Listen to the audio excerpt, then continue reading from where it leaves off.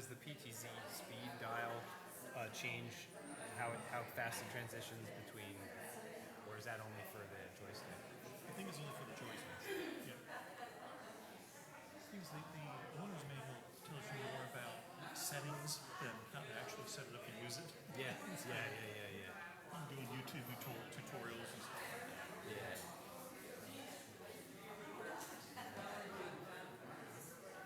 So, the way that you'll be switching between cameras is with the camera switches? Or how would you? Okay, if I want to change the controls, like say if I want to do the presets on the second camera, I'll do cam 2, and then Right. If I want to see the second camera, It's over here. I do it from over here. I see. Yeah. Yeah, so ideally, what you do is That's where you would set on camera 1, you change your setting camera 2, and then pop over to camera 2. Yeah. I think ideally that would that issue with the audio sync changing would probably be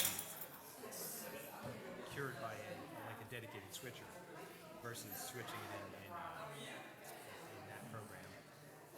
Because I think I can do that with the stream app. yeah. I just have to learn how to do that. So what's that thing doing? This runs All your outs to the. well, it's a shortcut. Okay. So instead of clicking down here and going in and having to make 5 clicks to get where you want to be. Oh, I see. We should get started soon. Okay.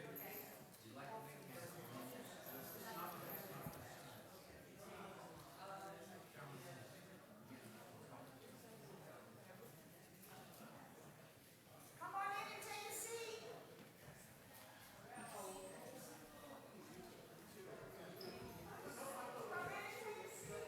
Ladies and gentlemen, 1 minute. Ladies and gentlemen, 1 minute. Where's my cocktail?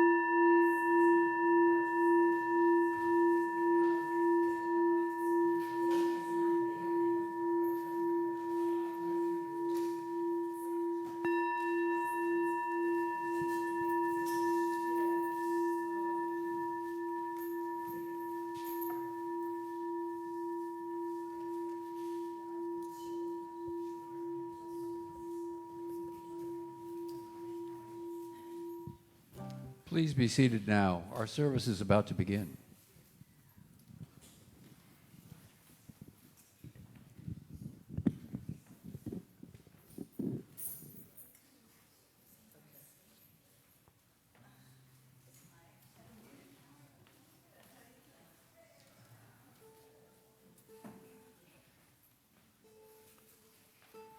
Good morning, everyone here in the sanctuary and those watching virtually. Welcome to the Unitarian Universalist Congregation of the South Jersey Shore. We ask that you please put your cell phones in worship mode. I better do that myself.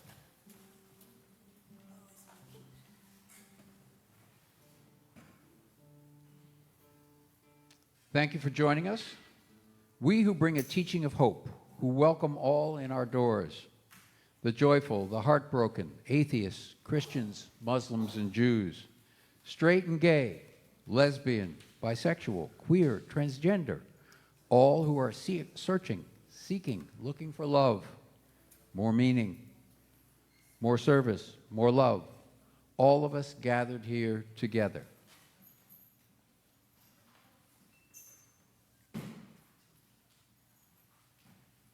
My name is Kit Marlowe. I'm your worship associate this morning. I'm a member of this congregation and serve as the board secretary. Our worship service today is led by Irvin Moreno Rodriguez, who is assistant director of the Sarah and Sam Schofer Holocaust Resource Center. He graduated Stockton University's honors program with a BA in criminal justice and a minor in Holocaust and genocide studies. After working in the criminal justice field, he returned to Stockton for a position in the Holocaust Resource Center.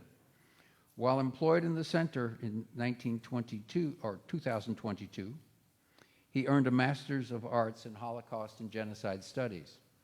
Irvin Moreno Rodriguez was appointed by Governor Murphy to be a member of the New Jersey Commission on Holocaust Education. He is the youngest individual to serve on that commission since its inception. Video of today's service will be available on the YouTube channel later today. There are a few announcements this week. The clothing bin in our foyer is accepting donations of clean and folded, gently used clothing of all kinds, including shoes. Donations benefit members of the Eastern Service Workers Association and are never sold. Jessica is looking for volunteers to lead summer learning workshops in children's RE. What are your interests? Do you like to read, write poetry, draw, or collage? Maybe hiking or bird watching is your thing. Playing board games or sports? Do you have a skill you would like to pass along to the children and youth of our congregation? Or maybe just have an idea for something that you know they would love to do. The commitment is one Sunday morning during the months of July and August. You bring your passion and creativity. We provide all the supplies. Please see Jessica Dunn-Safanoff if you are interested in volunteering. The Green Light Coffee House is making a comeback. The coffee house will meet one Friday evening a month at the UU Center. People from the congregation and the larger community will perform music, read poetry, perform comedy skits, provide other forms of entertainment in a relaxed, low-key atmosphere. Coffee, tea, and light snacks will be provided. We need volunteers to make that happen. For the planning stages, and once a month on Friday evenings to set up and take down, that is, arranging tables, preparing coffee, etc. Please come to a brief meeting after the services on July 16th if you are interested in being part of this. Thank you. Join us next Sunday when Yvette Guillermo Magahi will speak on the gift of our longings. Our longings make us feel needy and vulnerable. Surprisingly, though, they contain the seeds of transformation and can be an entry door to the sacred. During the service, you'll be invited to get in touch with the vulnerability of your yearnings, cravings, desires, and perhaps your grief. For what purpose? To discover in the restlessness of your heart what matters most, what you love, and what brings joy. Let your longings draw you forth so that you may live in soul-rooted belonging and service to the world. Welcome to worship.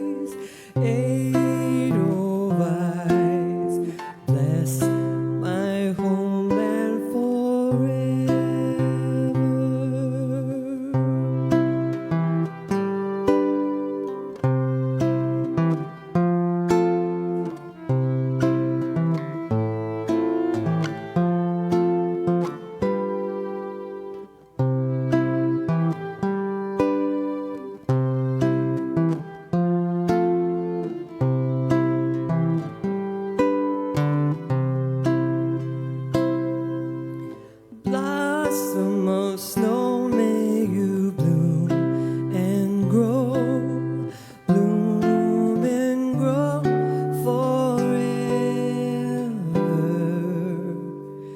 Edelweiss,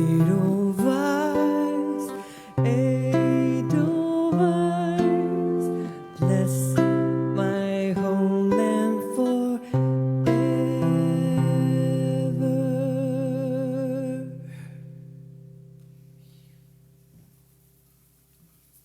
Welcome into this place of healing. Welcome into this place of challenge and of growth. Welcome into this place of imperfection and aspiration. Here you are whole. Here you are holy. Here you are wholly loved. The chalice lighter today is my sister. Tina Holcomb. Please join me in reading the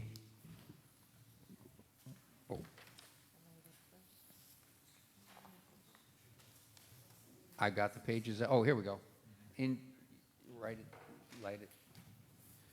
Please join me in reading the chalice lighting words.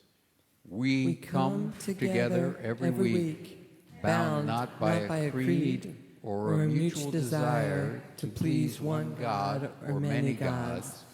Yet we are drawn together by a belief that how we are in the world, who we are together, matters. We light this chalice together in the knowledge that love, not fear, can change this world. Please rise in body and spirit and or for Comfort Me. We're going to sing Comfort Me, Sing With Me, and Dance With Me. And I am going to check my tuning real quick, because my guitar gets a little testy with this weather. It's saying, come on, is it going to be humid? Is it going to not be humid? All right.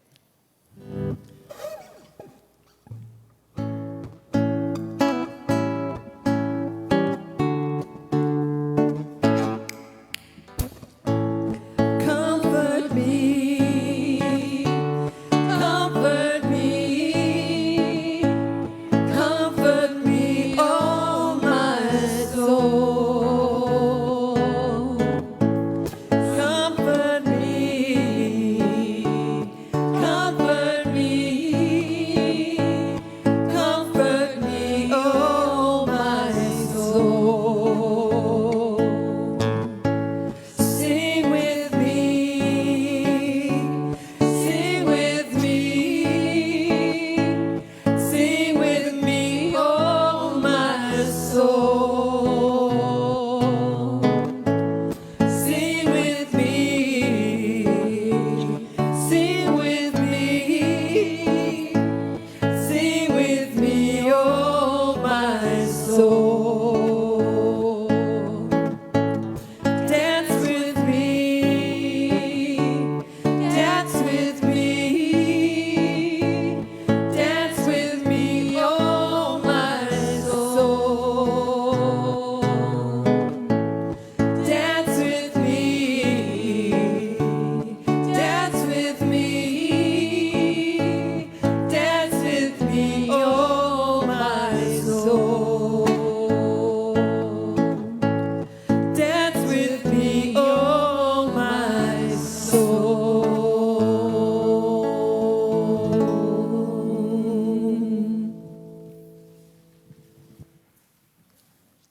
This is the point in the service when the children gather items for local food pantries, animal shelters, and the Coalition Against Rape and Abuse. I don't see any children.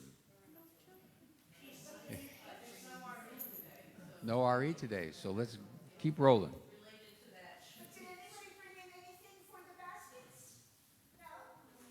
No? Okay. All right. A book is provided in the foyer in which you are encouraged to write whatever joys and sorrows you have. I will now read what you have shared. From David Wiesner, Prayers, please, for my wife, Beth, who has been in the hospital all week with a mysterious combination of kidney and digestive disorders. She is reasonably comfortable, but quite frustrated that she seems to be in a holding pattern. Thank you all. Hope everyone had a great Pride Month and enjoyed our presentation. Be happy, interweave. This one has no author. Concerned that a Christian and her lawyers can lie, bring a case before the Supreme Court, and throw millions of lives into turmoil.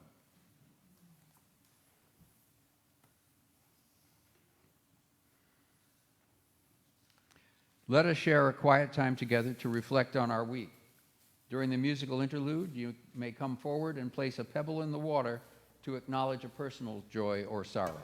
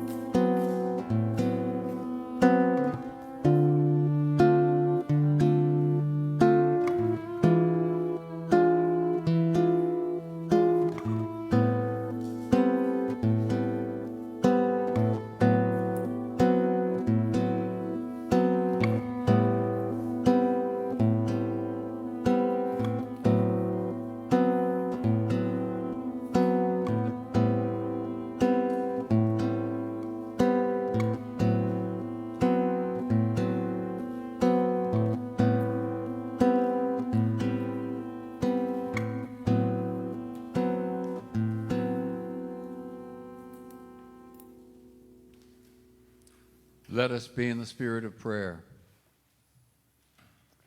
Blessed and holy creation, universe of wonder, mystery beyond definition, we share today our joys and sorrows, listening deeply to the things that cause us to weep or worry, and lifting our hearts as one at those things we would celebrate together.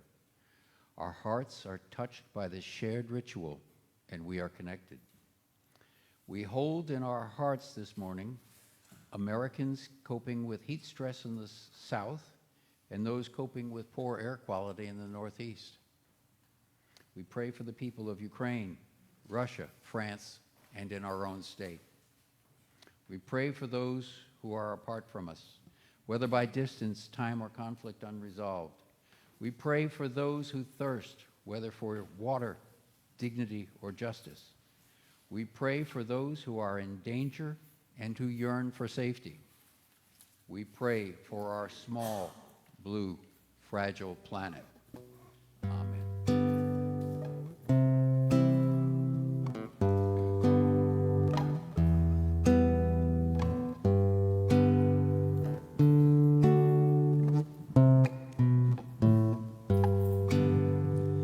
Be the change, be the change, be the change you wish to see.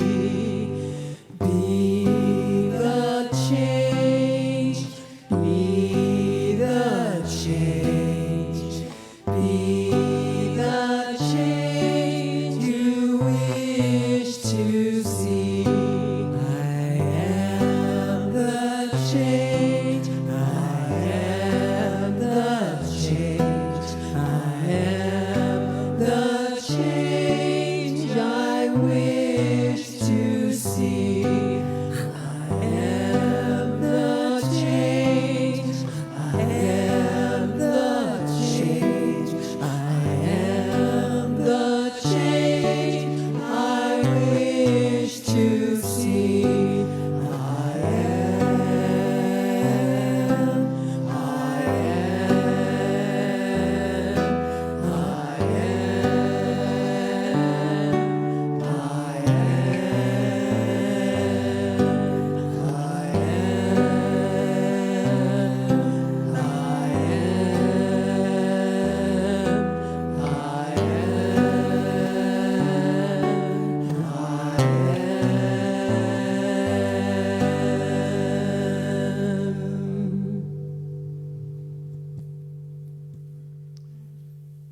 The offering is a sacrament of the Free Church.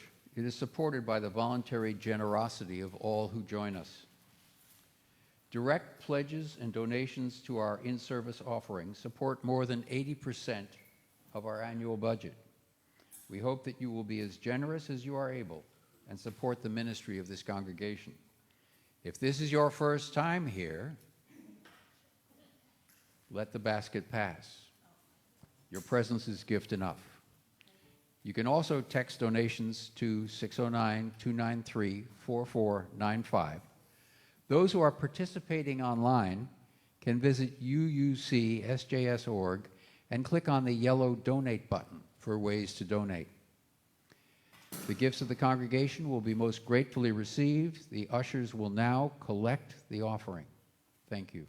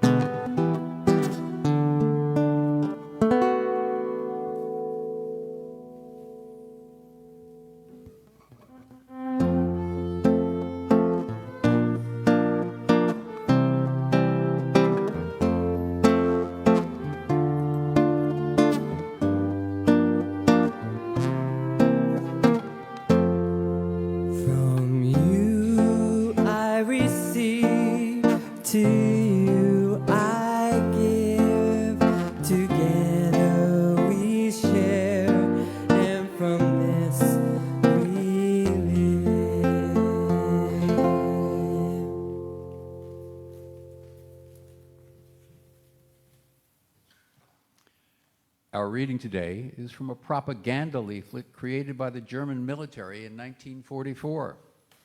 At the end of the reading, we will enter a time of silent contemplation, concluded by the ringing of the bell. The leaflet begins with a brief story of two black men who are walking by a church and are attracted by the hymns. The two men are drawn inside by the music when they are immediately accosted by parishioners and the minister who demand that they leave. The story ends with these two lines. They could not understand why they, as American citizens, should be treated like this in a church. Isn't America a free country? Then comes the entreaty. Colored soldiers of the U.S. forces. The white people in the USA do not allow you to pray in their churches. Although you are American citizens, in Germany, anything like this would be impossible. Colored people living in Germany can always go to any church they like. They have never been a problem to Germans. There have never been lynchings of colored men in Germany. They have always been treated decently. So you don't have to be afraid with Germans. Come over to us if you are fed up with this war and want to get home safe and sound. Surely you want to see your folks again, don't you? You will be well treated as a prisoner of war in a German camp. There will be every opportunity for you to attend religious services.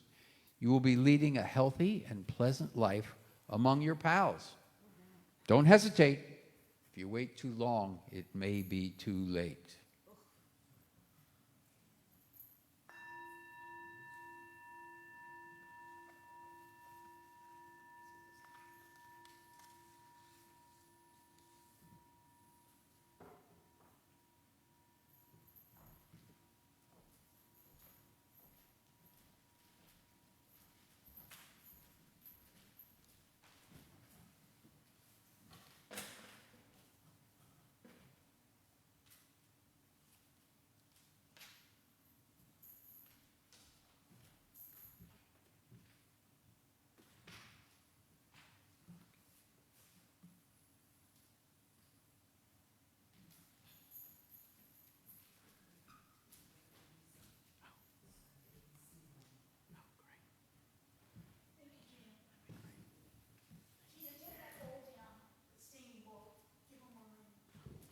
Thank you.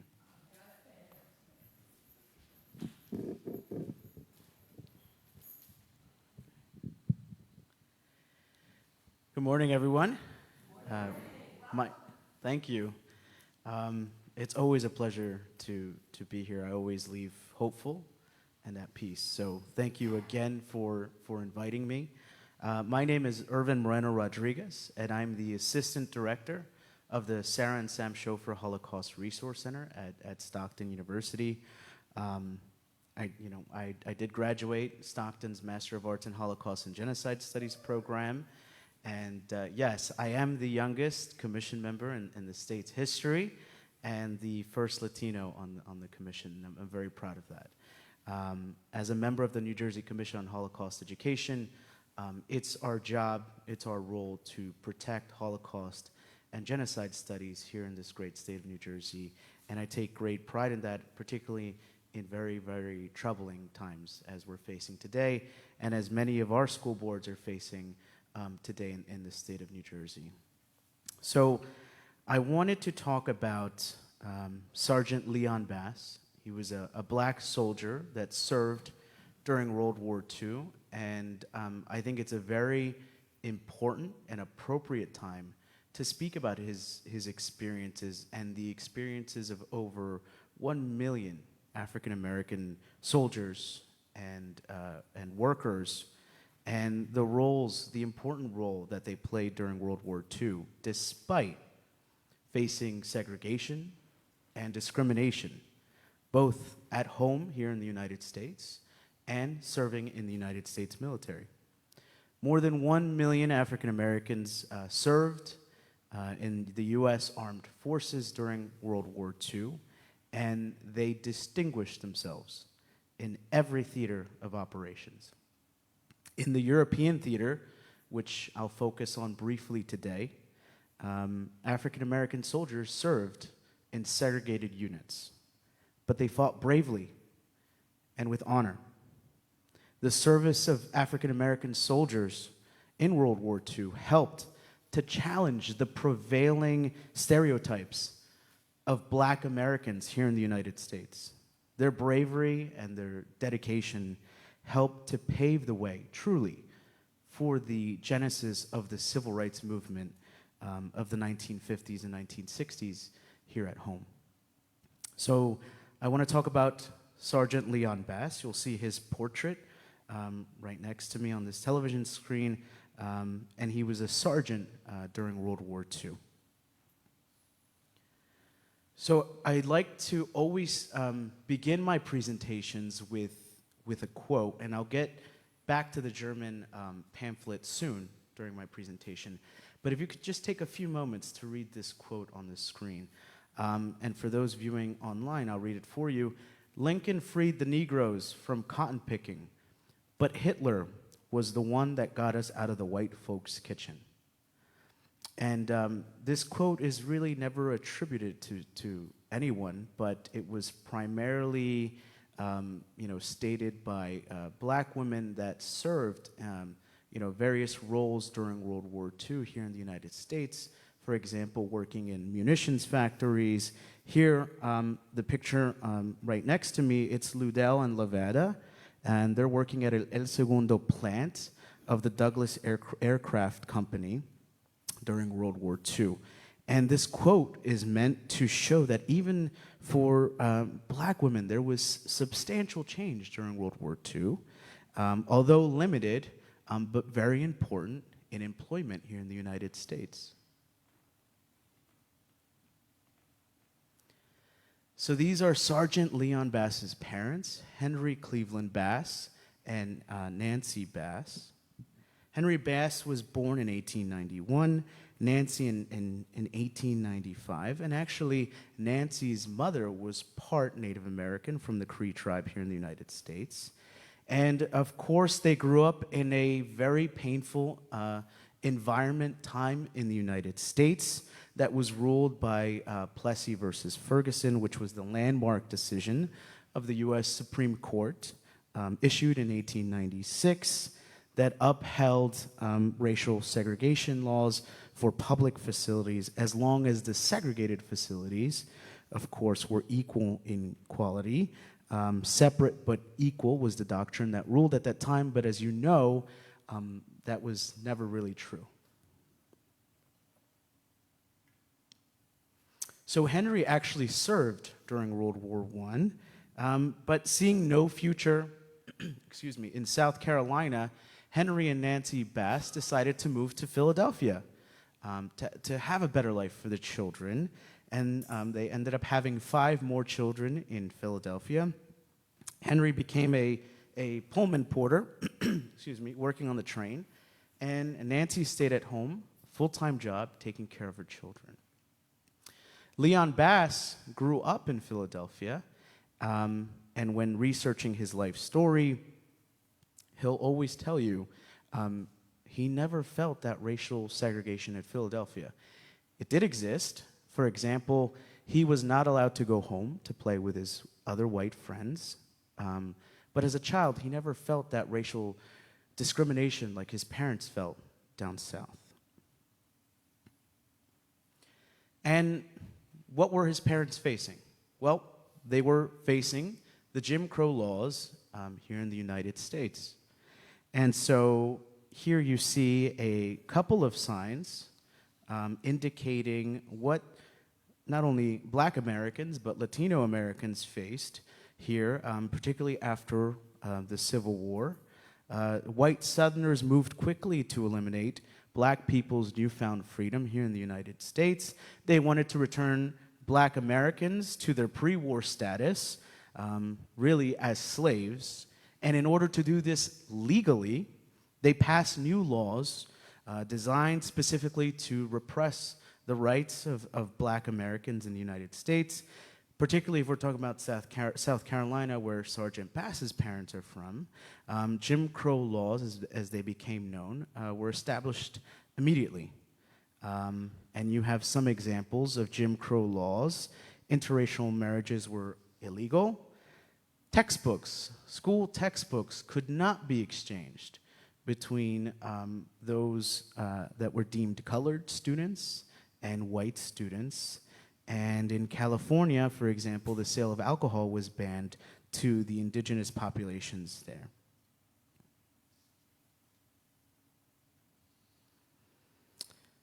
And so here in the state of Virginia, you'll have a card that was filed at birth indicating whether you were colored or considered a white person.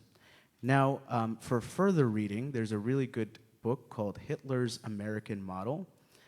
It was written by James Whitman. And believe it or not, the Nazis sent over scientists, lawyers from Germany to study the Jim Crow laws of the South. And when the Nazis returned back to Germany, they found that the Jim Crow laws of the South were too harsh, particularly this act to preserve racial integrity, this registration card. And at the bottom, I don't know if you can see it, but I'll read it. It says, "A white person is one with no trace, whatever, of blood of another race." This became known as the 1% rule, and the Nazis found this classification of racial hierarchy too strict. Too strict. That's what they went back to Germany and discussed. So at the age of 18, Leon Bass was working at the Reading Terminal, which we know is now known for delicious food, but people actually work there to stock railroad cars with mail and other packages. And Leon Bass decided that he no longer wanted to work in such a arduous, laborious role, and he wanted to enlist in the United States Army, which is significant, right? He volunteered. Leon Bass went to the enlistment station that was in Philadelphia, along with some other friends that were deemed white. And this is the first time he really encountered racial discrimination in the United States. This is the first time he ever came face to face with that discrimination. When the enlistment soldier there told him to go one way and told his friends to go another, and he immediately regretted that decision.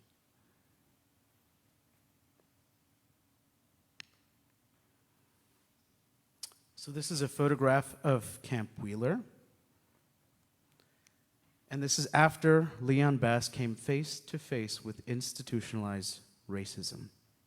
We have to remember that it was not until 1948, Executive Order 9981 was issued July 1948 by President Harry Truman. This executive order officially abolished discrimination in the United States Armed Forces based on race, color, religion, or national origin. However, the true end of segregation in the armed forces didn't come until the Korean War, much later in 1950. And Leon's experiences training for the United States military were awful. There's a book that he wrote that was titled Not Good Enough, and that's what he felt serving in the United States military. Leon was harassed by his commanding officers. They were obviously in segregated housing units. One day in Georgia, there was a white woman who was sexually assaulted in the town that they were training in, Camp Wheeler, and all the black soldiers were rounded up and questioned by the local police trying to find the culprit who sexually assaulted this woman. During another training session, Leon was asked why they were fighting. And Leon complained to his commanding officers that he didn't know what he was fighting for. What war? What was the point of fighting in World War II when, after the war, he was going to come back and face institutionalized racism? Believe it or not, he didn't get in trouble for that, although he could have. Eventually, Leon was assigned to the 183rd Engineer Combat Battalion. Here, of course, it was a segregated unit. And what Leon was in charge with his unit was they were building bridges for the United States military. They actually hold the record for building one of the longest bridges in less than 5 days. That's still a military record until today, and that's all thanks to the 183rd Engineer Combat Battalion. General Patton would not have won the war without the help of the 183rd Engineer Combat Battalions. It's one of the two most famous African-American units in the war. The other one is the 761st Tank Battalion, and I'm sure you're all familiar with Kareem Abdul-Jabbar. One of his relatives, he likes to call stepdad or uncle, served in the 761st Tank Battalion. So in England, I do want to point out that Leon did not face racism in England. Actually, he was welcomed, his battalion, with open arms. And they were actually invited to these little events where they would meet women from England and be able to dance with them in the same hall and actually eat with them and not actually be discriminated against. So I want to talk about this pamphlet. This was the pamphlet that was read not too long ago. And this was a leaflet targeting African-American servicemen, and this is from November 1944. Towards the end of the war, Germany dropped millions of leaflets behind enemy lines to encourage black troops to surrender. Or worse, betray the United States. These leaflets are absolutely ridiculous, particularly when you know that the Nazis harassed and discriminated against Afro-Germans and other black peoples in Europe. The Third Reich also enacted racial laws that limited the social and economic opportunities of Afro-Germans, including the Nazis also forcibly sterilized about 385 multiracial children in what was part of Germany called the Rhineland children. Many black people in Germany ended up imprisoned in workhouses, psychiatric facilities, and concentration camps.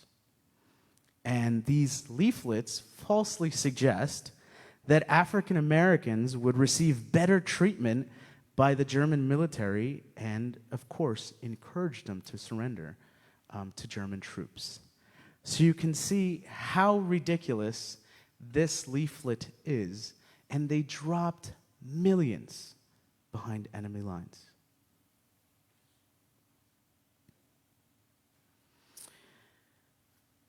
Leon, after World War II, did not talk about his experiences for over 20 years. Why?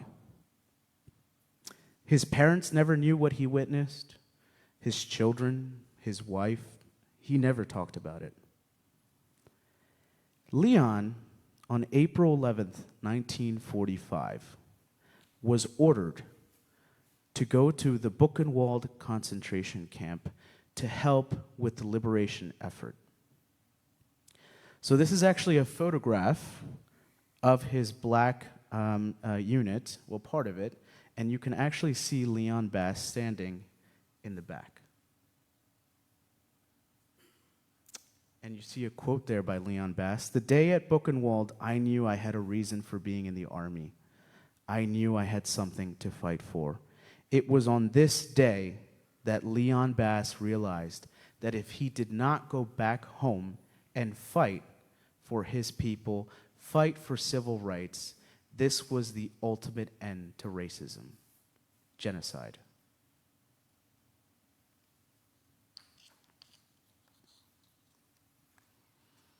And so we thank Leon Bass today, and we remember him particularly during the 4th of July because of his bravery, of his service. He was one of the liberators during World War II to help fight against the Nazis, the SS that guarded the concentration camps, and help the Jews. And in Buchenwald concentration camp, it was not only the Jews, but political prisoners, communist, Polish people imprisoned inside the Buchenwald concentration camp that he helped liberate.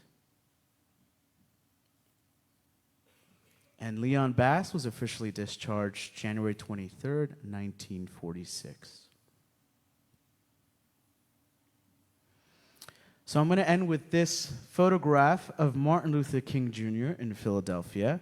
So Leon Bass did not talk about his experiences after World War II. Why? He was quite traumatized about the things he saw inside the Buchenwald concentration camp, particularly the Jews that were imprisoned there and murdered inside the concentration camp. But one day, Leon Bass became a principal of Benjamin Franklin High School in Philadelphia. And one day he heard a Holocaust survivor speaking, and the class was pretty rowdy. And so as the principal, he went into the classroom and sat down to try to get the children to calm down and actually listen to the Holocaust survivor. The children did not calm down, so he stood up in front of the class and he told them, "I was there. What this person is talking about is real, and I witnessed it." And that was the first time, over 20 years, that he actually spoke about his experiences during World War II. And he became a renowned speaker on the subject of racism and the Holocaust. He lectured extensively across the United States, and he had a unique perspective, not only as a witness to the atrocities of the Nazis, but as a liberator and a soldier in the United States Army fighting 2 wars, one abroad and one here in the United States. And he was a big believer in Martin Luther King Jr. And so this is a picture of MLK when he was here in Philadelphia in 1965. And Leon Bass, what he did was he thought it was so important for his students to go see Martin Luther King Jr. that he actually snuck them out of school to go see Dr. Martin Luther King Jr. speak in Philadelphia. And so this is a picture of Dr. Leon Bass, who became principal of Benjamin Franklin High School. Of course, he was in charge when they later renamed the gym Malcolm X Hall. And this is a quote from Robbie Weissman, and I think it's pretty powerful. Robbie Weissman was a Holocaust survivor who was interned inside the Buchenwald concentration camp. And in his memoir, he writes, "I saw God for the first time, and he was black." Robbie Weissman was talking about Sergeant Leon Bass. And I have this quote here. "As I pulled myself up from the floor, I looked up towards the main entrance. Then I saw soldiers that were completely different. They were black, and I ran towards them." And I want to thank you for giving me the opportunity to talk very briefly about Sergeant Leon Bass's story. And I hope during this 4th of July holiday, you keep him in your hearts and you remember that we still have to fight here in the United States. Thank you.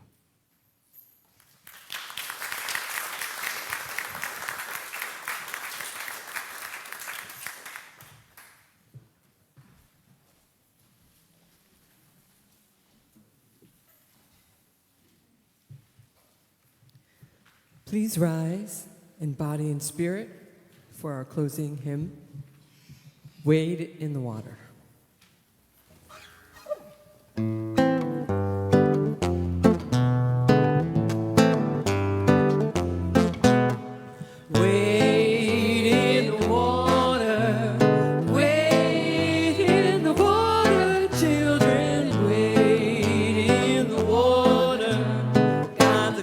trouble the water. Wade in the water. Wade in the water. Children, wade in the water. God's gonna trouble the water. See that man all dressed in white. God's gonna trouble the water. Peter looks like an Israelite. God's gonna trouble the water. Wade in the water. Wade in the water. Children, wade in the water. God's gonna trouble the water. Wade in the water. Wade in the water. Children, wade in the water. God's gonna trouble the water. Go, John, go.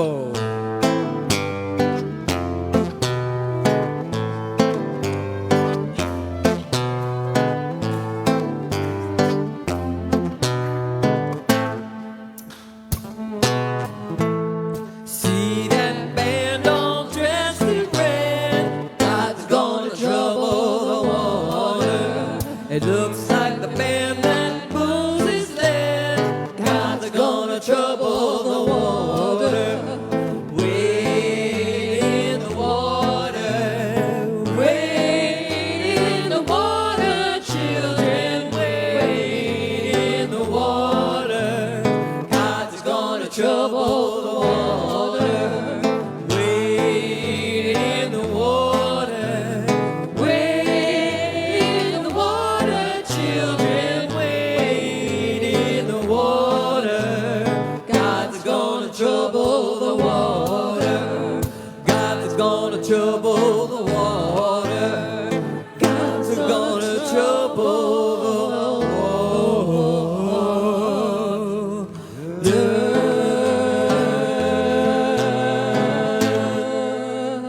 Yeah.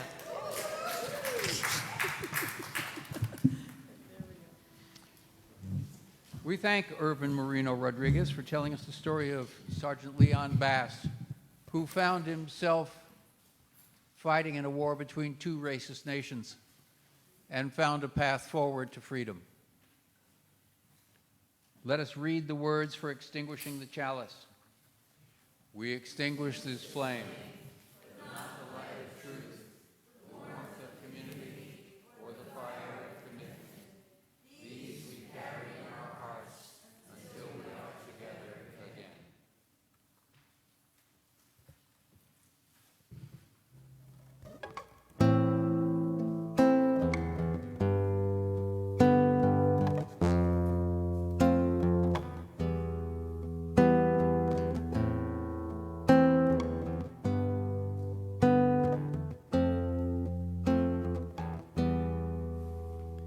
What wondrous love is this, oh my soul, oh my soul. What wondrous love is this, oh my soul.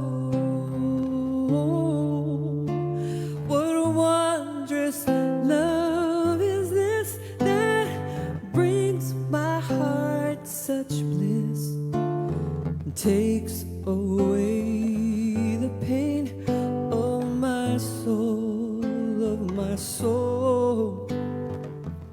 takes away the pain of my soul.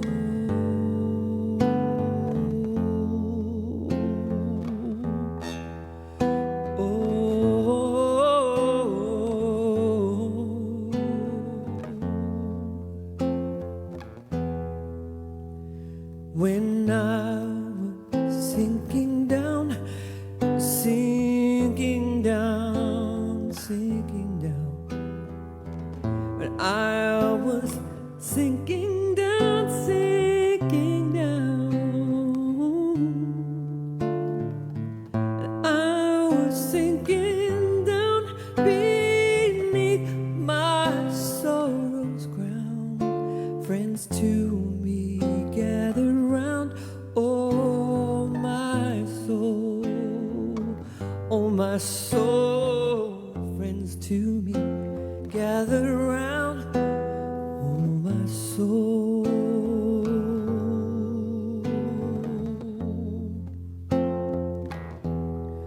Oh, my soul.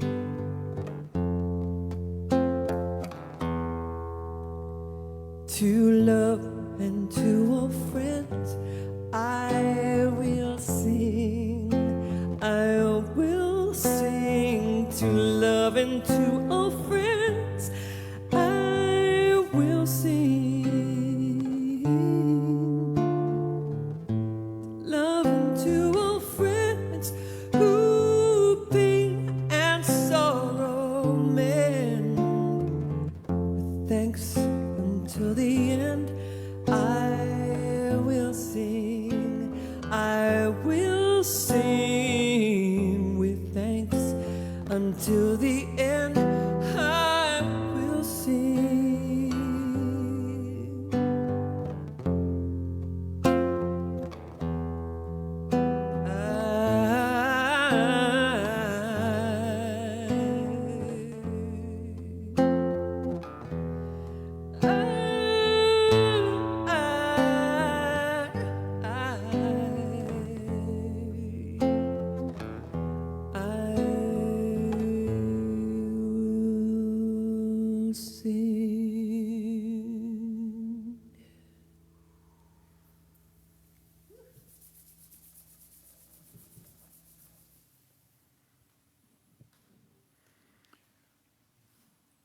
We warmly welcome all of you who are visiting us today. Now let us share in a moment of silent reflection to consider today's message and the meaning it has in our lives.